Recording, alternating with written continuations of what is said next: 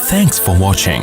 Don't forget to like, comment, share and subscribe to Mufti Tariq Masood, famous scholar, Kalla. मैं अक्सर एक वाक़या सुनाता हूँ, वो बेचारा आशिक का फ़ोन आया था, उसने कहा मुफ्ती साहब आपने मेरे राज फाश कर दिया। मैंने राज फाश नहीं किया भाई, किसी को क्या पता मैं किसका वाक़या सुना रहा हूँ, मैं नाम थोड़ी बता रहा हूँ। वो जिस आशिक का वाक़या ना, उसने कहा मुफ्ती साहब यार आपने मेरे बारे में सबको बता दिया। भाईजान आपके बारे में किसको क्या पता, मैं किसी का राज फाश नहीं करता। अब मुझे ये लगा कि बयान में खड़ा होकर ना बोले मुफ्ती साहब आपने मेरा राज फाश कर दिया।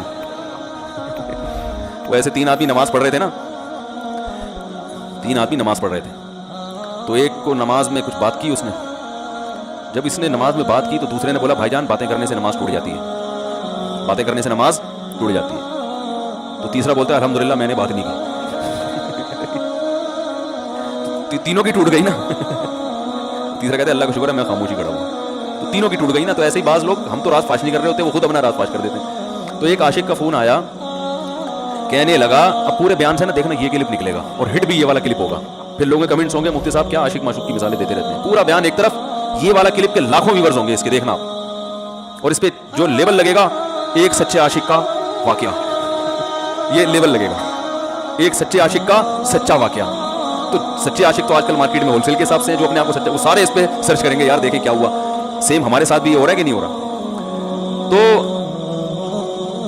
वो मुझे कहने लगा कि मुझे किसी लड़की से इश्क हो गया है, फ़ोन आया मेरे पास, इश्क हो गया है तो मैं क्या करूं, मैं बड़ा परेशान हूं। मैंने कहा भाई अगर हो गया है, कोई अच्छी है, अच्छे घराने की है, तो वालिदैन से बात कर लो, निकाह कर लो। लन तरा लिल मुतहाब्बैन मिस्लन निकाह, हदीस में आता है 2 मोहब्बत करने वालों में निकाह से बेहतर कोई चीज़ नहीं। तो हम तो नहीं कहते कि इसको ख़त्म करो, आप शादी कर लो, निकाह कर लो भाई, हराम हलाल में तब्दील हो जाएगा।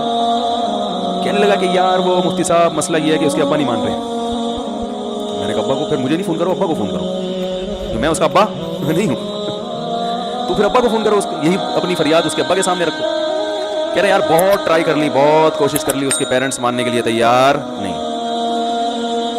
तो मैंने कहा भाई देखो जितने हरबे थे आप इस्तेमाल करके देखो अब्बा अम्मा को समझाने के। कह रहे नहीं मान रहे। मैंने कहा फिर छोड़ो, लानत भेजो, एक चीज़ मुकद्दर में नहीं है, गलत तरीके से हासिल करने की कोशिश मत करो। शरीफ लोग शरीफों की तरह ही करते हैं ना। तमीज़ का यही है कि अब्बा अम्मा से बात की जाए। मैंने कहा मैं दुआ कर लूँगा आपके लिए, आपने मुझे कुछ समझ के फ़ोन किया तो मैं भी दुआ करता हूँ, अल्लाह इसके लिए बेहतर है तो मुकद्दर फरमा दे, अब्बा को दिल को नरम कर दे।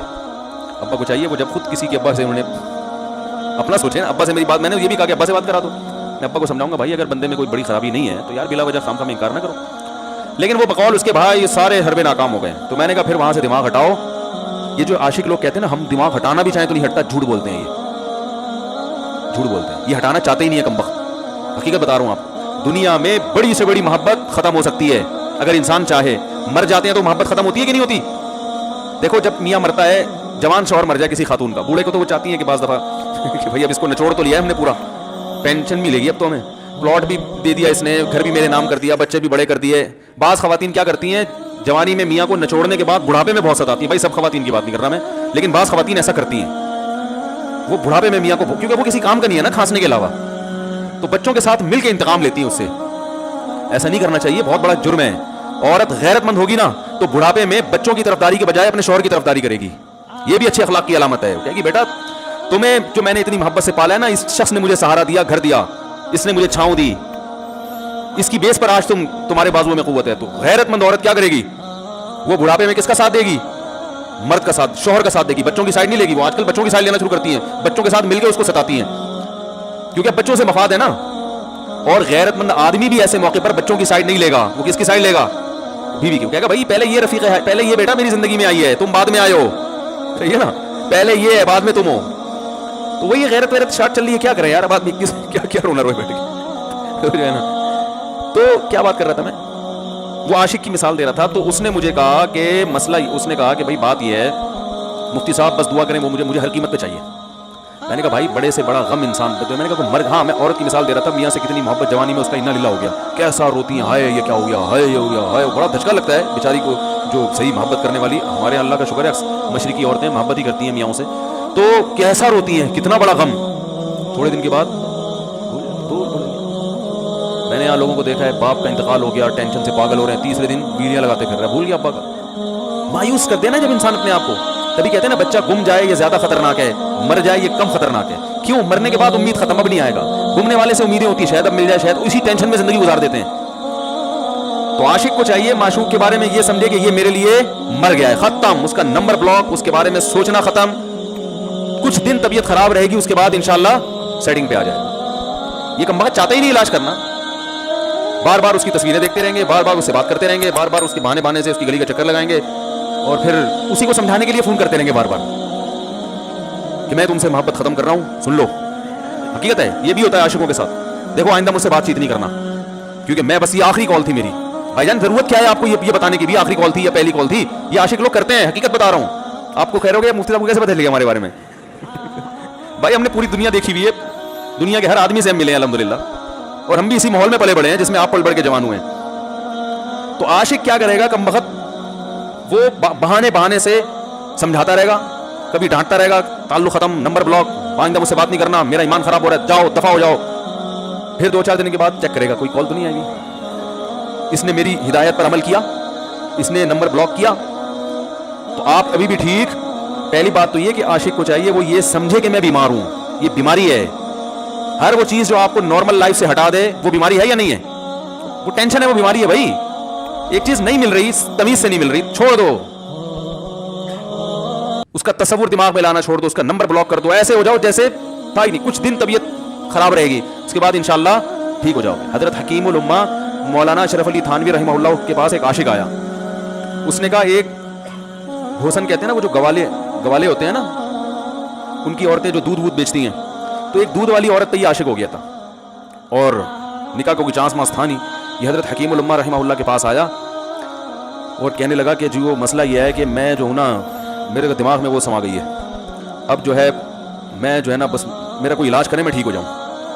हाँ, कहने लगा मुझे वो दिला दें आप अल्लाह वाले हैं, बहुत पहुँचे हुए बुजुर्ग हैं, तो बस आप किसी तरह अल्लाह से मांगे वो मुझे मिल जाए. हकीमुल उम्मा ने फरमाया कि देखो भाई, पहले तो इस्तिखारा करो. इस्तिखारे का मतलब वो वाला नहीं इस्तिखारा जो आजकल हो रहा है, यानी अल्लाह से दुआ मांगो, अल्लाह ये बेहतर है तो मुकद्दर कर, बेहतर नहीं है तो मुकद्दर. हो सकता है अल्लाह के इल्म में ये बेहतर ही ना हो, ये भी तो मुमकिन है कि आप चाह रहे हो हर वो चीज़ जो हम चाहते हैं वो हमारे लिए अच्छी नहीं होती. तो अल्लाह से पहले दुआ मांगो और फिर जो है वो पैगाम भेजो. अगर नहीं कबूल होता तो फिर अपना दिमाग यहाँ से हटाओ.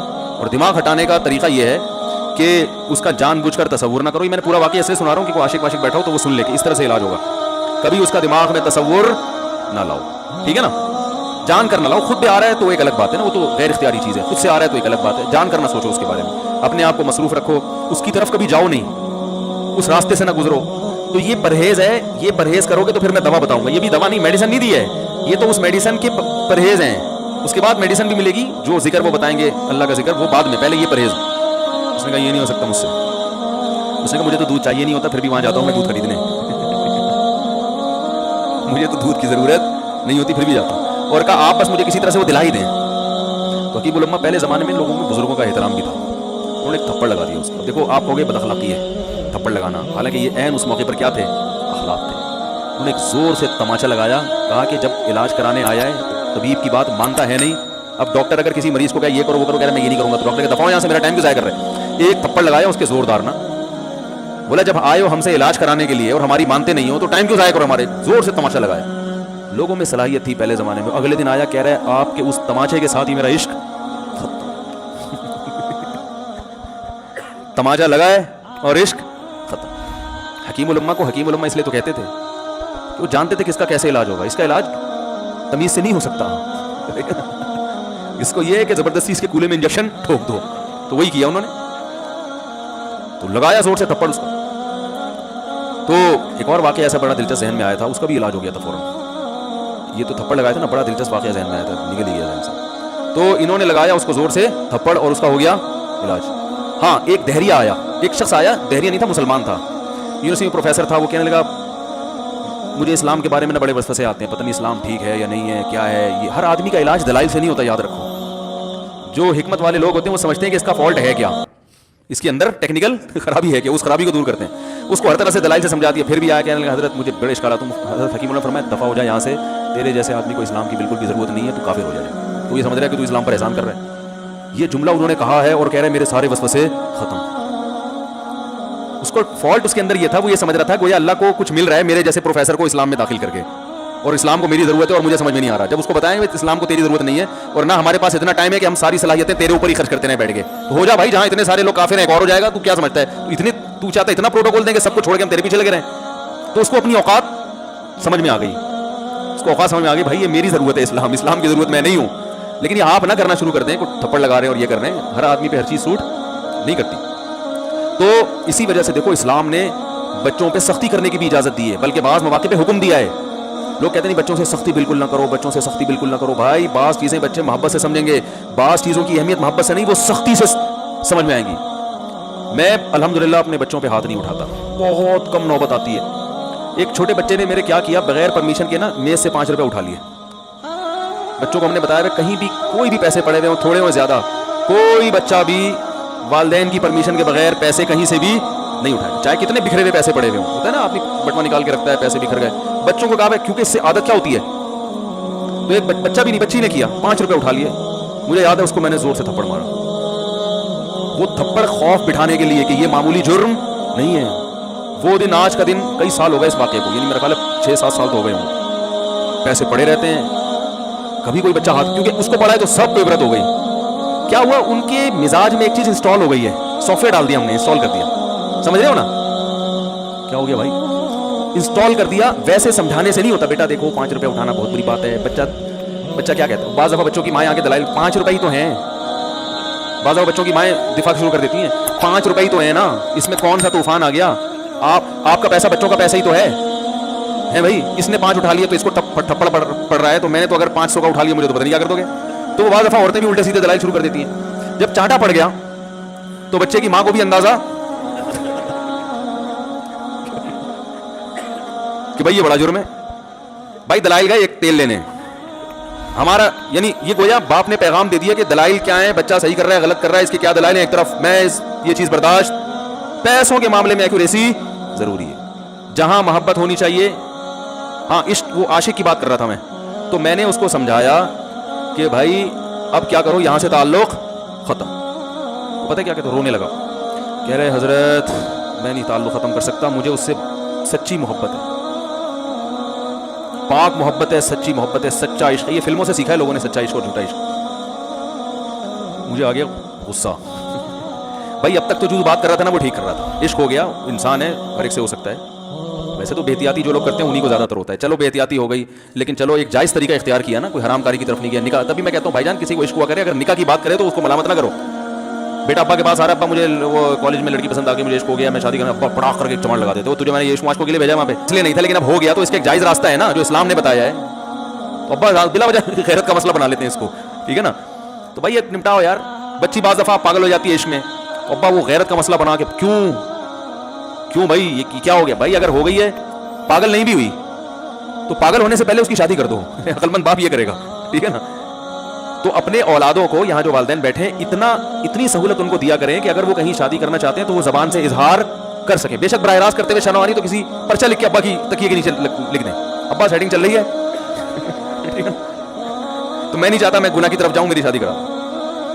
اور نام نہ لکھو اپنا, ابا کو سب کا پتا ہوتا ہے کہ وہ خود ہی پہچان جائیں گے. تو یہ جو بہت زیادہ سختی والدین کرتے ہیں نا اولاد پہ, اس سے بغاوت پھیلتی ہے. جائز حق تو اس کو دینا چاہیے نا بھائی. ہاں وہ اگر آپ کے خاندان میں میچ ہی نہ کر سکے, وہ یعنی وہ ایسی جگہ پسند کر لیا اس نے کہ وہ ایڈجسٹ ہی نہیں ہو سکتی, تو پھر ایک الگ بات ہے. پھر ابا غیرت دکھائیں, بولے بیٹا تیری بیوی ہماری بہو بھی ہوگی, یہ ہماری بہو بنانے کے قابل, یہ ہماری پرمپرا ہے, ٹھیک ہے نا. تو لیکن نارملی ماننا چاہیے. تو اب کیا ہے, میں نے اس سے, اب وہ کیا نا رونے لگا. بس یہ بیان, یہ کس واقعہ بتا کے وہ پتھر والا جو ہے نا مثال کمپلیٹ کر کے بات ختم کر دو. وہ رونے لگا, کہہ رہے نہیں مجھے سچی محبت ہے. مجھے پھر آیا غصہ, میں نے کہا بھائی جان یہ ٹوپی ڈرامے, ٹھیک ہے آپ کو عشق ہو گیا, دل زخمی ہے آپ کا, یہاں تک بات سمجھ میں آتی ہے, انسان ہے, ہو جاتا ہے. تو نکاح کا راستہ نہیں ہو رہا تو پریشان ہونا بھی سمجھ میں آتا ہے, یہ سچی بچی نہیں کرو بھائی. میں نے کہا اپنی ماں سے کیوں نہیں ایسی محبت آپ, ماں ناراض ہوتی ہے, کبھی بات چیت چھوڑ دے, تو پھر ایسا رونا آیا کبھی؟ جس نے ساری زندگی پالا پوسا جوان کیا ہے بھائی, کبھی زندگی بھر ساتھ نہیں چھوڑتی ماں. آپ 60 سال کے بھی ہو جاؤ گے نا, آپ کی بیماری پہ ایسے ہی روئے گی جیسے جب 2 سال کے بچے تھے اس وقت روتی تھی. کیا اللہ نے عجیب